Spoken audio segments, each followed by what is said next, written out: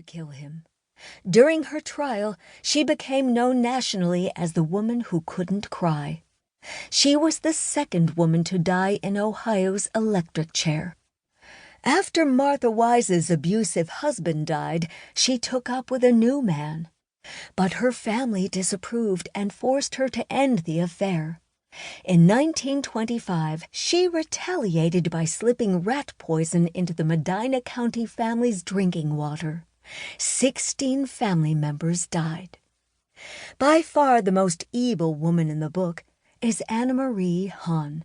In 1937, she dosed at least 5 elderly Cincinnati men with arsenic and croton oil, then watched them die in agony while she pretended to be caring for them.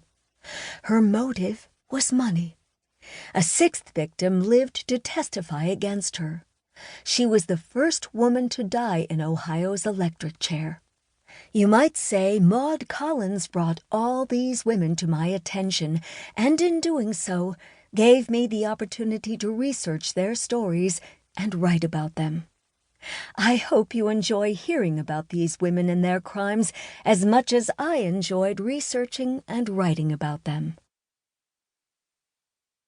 1. Double Murder at Axtell Ridge. Inez Palmer, 1926 to 1927.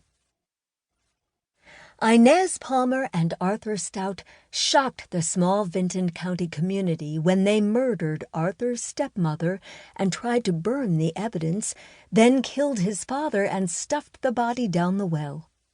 The lovers might have gotten away with it had it not been for Sheriff Maud Collins.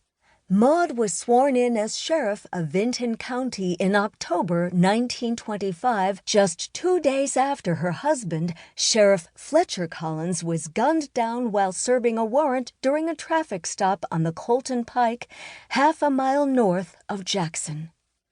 Until her husband's death, the 32-year-old mother of 5 children, ages 3 to 11, had been the jail matron.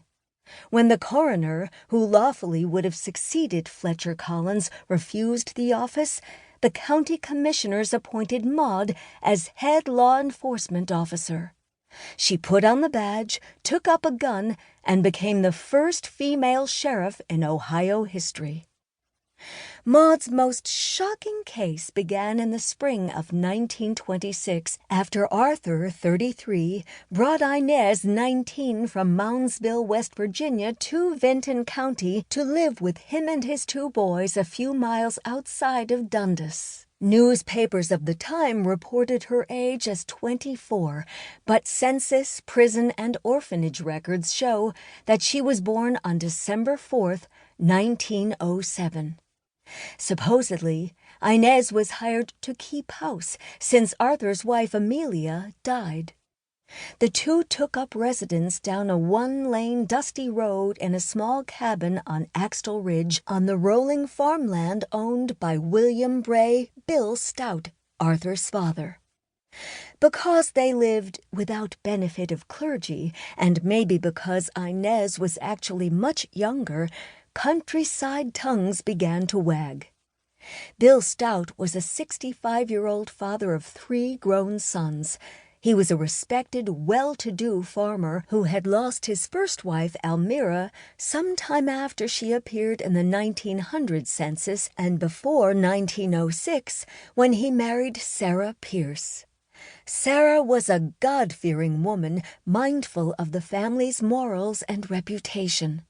The illicit love nest a couple miles down the road upset her to no end, and she let her stepson Arthur know it. He paid her no heed, so she went to the Justice of the Peace and had Arthur arrested in mid-November for living in an illicit relationship. Bill, being less rigid than his wife, hired a lawyer for his son and bailed him out of jail.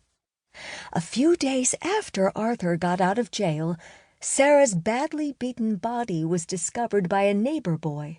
Gertrude Perry sent her 14-year-old son Manville on an errand to Bill Stout's house, possibly to borrow sugar. When Sarah did not answer the boy's knock at the kitchen door, he went to the sitting room.